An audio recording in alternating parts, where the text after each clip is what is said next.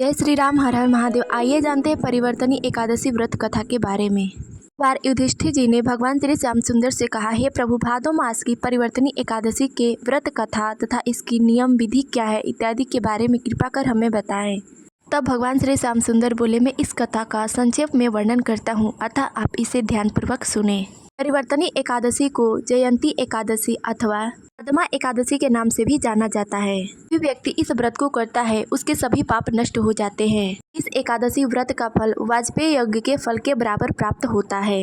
जो भी मनुष्य इस दिन भगवान विष्णु के वामन रूप की पूजा करता है उसके सभी प्रकार के पाप नष्ट हो जाते हैं तथा उसकी तीनों लोकों में पूजा की जाती है। इस व्रत को करने मात्र से मनुष्य को मोक्ष की प्राप्ति होती है। इस दिन भगवान विष्णु 2 महीने के शयन के बाद करवट लेते हैं, इसीलिए इसे परिवर्तनी एकादशी कहा जाता है।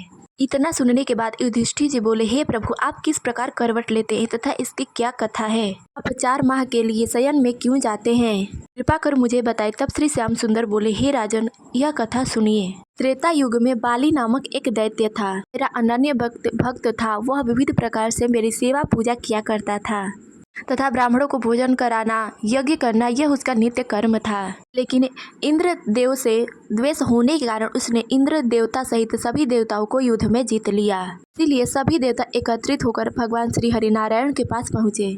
सभी देवताओं ने मिलकर नारायण स्तुति की। सभी देवताओं ने मिलकर उनसे हाथ जोड़कर कहा, हे प्रभु, सब बड़ी ही विपत्ति में फंसे हुए हैं, कृपा कर आप हमारी सहायता करें। तब भगवान विष्णु ने वामन रूप लेकर, अत्यंत ही तेजस्वी रूप लेकर राजा बलि को जीत लिया। इतना सुनने के बाद युधिष्ठिर जी बोले, हे प्रभु, आपने उस दैत्य बलि को किस प्रकार जीता? तब भगवान श्री श्याम सुंदर बोले, मैंने वामन अवतार में बलि से 3 पग भूमि की याचना की थी। मेरी इस याचना को राजा बलि ने तुच्छ याचना समझकर मुझे 3 पग भूमि देने का संकल्प कर लिया और मैंने अपना त्रिविक्रम रूप बढ़ाकर भूलोक में पद, स्वर्गलोक में जंघा, स्वर्गलोक में कमर, महलोक में पेट, जनलोक में हृदय, यमलोक में कंठ की स्थापना, सत्यलोक में मुख तथा उसके ऊपर मस्तक स्थापित किया। सूर्य, चंद्रमा आदि सब ग्रह गण, योग, नक्षत्र, इंद्र आदि देवता और शेष आदि सभी नागगणों ने विविध प्रकार से वेद सूक्तों द्वारा मेरी प्रार्थना की।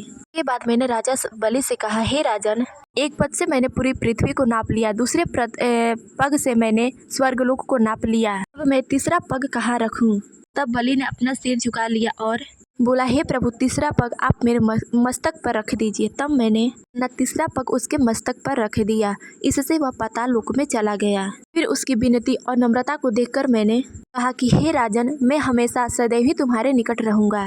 राजा बलि के आदेश पर ही भाद्रपद मास के शुक्ल पक्ष के दिन उसके आश्रम पर मेरी मूर्ति की स्थापना हुई तथा दूसरी क्षीर सागर में शेष नाग के षष्ठ पर हुई। अतः हे राजन, इसी दिन भगवान विष्णु शयन करते हुए करवट लेते हैं। यही कारण है कि इस एकादशी को परिवर्तनी एकादशी कहा जाता है। यह था परिवर्तनी एकादशी की व्रत कथा तथा उसका महत्व, उसका महात्म्य। अतः हे राजन, जो भी मनुष्य इस दिन व्रत रहकर भगवान विष्णु की विधिवत पूजा करता है, उनकी कथा सुनता है अथवा सुनाता है, भगवान विष्णु उसकी सभी मनोकामनाएं पूर्ण करते हैं, उन्हें मोक्ष की प्राप्ति कराते हैं। जो भी भक्त इस दिन व्रत न रह सके तो उन्हें भगवान विष्णु के वामन रूप की पूजा कर अथवा भगवान विष्णु के चित्र की पूजा कर कथा अवश्य श्रवण करनी चाहिए। जय श्री राम, हर हर महादेव।